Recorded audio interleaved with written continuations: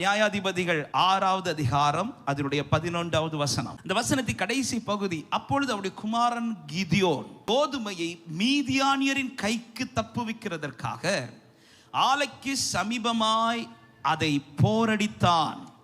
நியாயாதிபதிகள் 8வது அதிகாரம் அதனுடைய 22வது வசனத்திலே ஜனங்கள் இஸ்ரவேலர் கிதியோனை பார்த்து இப்படி சொல்லுகிறார்கள், அப்பொழுது இஸ்ரவேலர்களை மீதியானியர் கைக்கு உங்களாக்கி விட்டபடியினால் நீரும் உம்முடைய குமாரனும் உங்களை ஆளக்கடவீர்கள் என்றார்கள். கரங்களை உயர்த்தி இந்த வார்த்தைக்காய் ஆண்டவரை மகிமைப்படுத்தும். ஹல்லேலூயா. மீதியானுடைய கரம் உயர்ந்திருந்த போது இந்த இஸ்ரவேலரால எதையுமே செய்ய முடியவில்லை.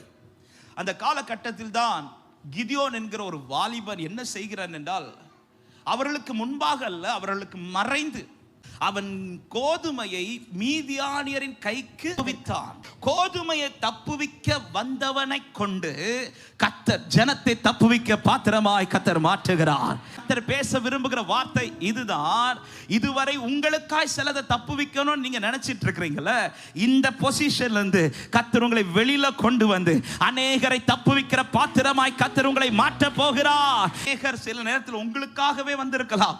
என் வாழ்க்கையில் ஒரு அற்புதம் நடக்க, என் குடும்பத்தில் ஒரு அற்புதம் நடக்க, என் சொந்தங்களுக்கு, என் சந்ததிகளுக்கு ஒரு அற்புதம் நடக்க என்று நேரத்தில் கர்த்தர் பேசுகிற வார்த்தை, உனக்காக சில கோதுமையை தப்புவிக்க ட்ரை பண்ற, ஆனா உன்னை கொண்டு கர்த்தர் பெரிய காரியங்களை செய்ய போகிறார். விசுவாசிக்கிறவங்க ஆமென் சொல்லுங்க பார்க்கலாம். நீங்கள் மறைந்திருந்தது போதும், உங்களை கொண்டு கர்த்தர் வெளியரங்கமாய் செய்ய போகிற காரியம் பெரிதாகும். ஏன் இந்த கிதியோனை வெளியே கொண்டு வரார்னா, ஆண்டவர் இந்த கிதியோனை வெளியில கொண்டு வந்த பிறகுதான் இந்த மீதியானுடைய கூட்டத்திற்கு ஒரு முற்றுப்புள்ளி வந்தது. ஏன் கர்த்தர் உங்களை வெளியில வான்னு சொல்லி இன்றைக்கு அழைக்கிறார் என்றால், நீங்க வெளியில வராத இருக்கும் வரைக்கும் சில காரியத்துக்கு முற்றுப்புள்ளி வராது. சில காரியத்துக்கு உங்க லைஃப்ல, உங்க குடும்பத்தில் ஆனாலும் சரி, இந்த வார்த்தை இந்த பட்டணத்தில் ஆனாலும் சரி, நீங்கள் இன்னும் மறைந்தே போரடித்துக் கொண்டிருப்பீர்களானால் மீதியானுடைய கை இன்னும் உயர்ந்து கொண்டுதான் இருக்கும்.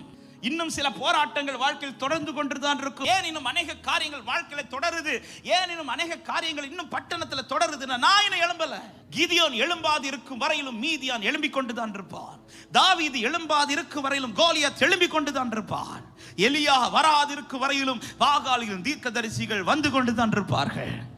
மோசே வராமல் இருக்கும் வரைக்கும் எகிப்திலே ஜனங்கள் கூக்குரல் கேட்டுக்கொண்டுதான் இருக்கும். கிதியோனே எழும்பு, மறைந்து போரடித்தது போதும், நீ வெளியரங்கமாய் போராட புறப்படு. அப்படியான இந்த வார்த்தையை இங்க இருக்கிற ஒவ்வொருவருக்கும் பலனாய் சொல்லுகிறேன். நீங்கள் தான் அநேக காரியத்திற்கு முற்றுப்புள்ளி வைக்கிற பாத்திரமாய் கர்த்தர் உங்களை எடுத்திருக்கிறார் என்று விசுவாசிக்கிறவங்க ஆமென் சொல்லுங்க பார்க்கலாம். ஹல்லேலூயா.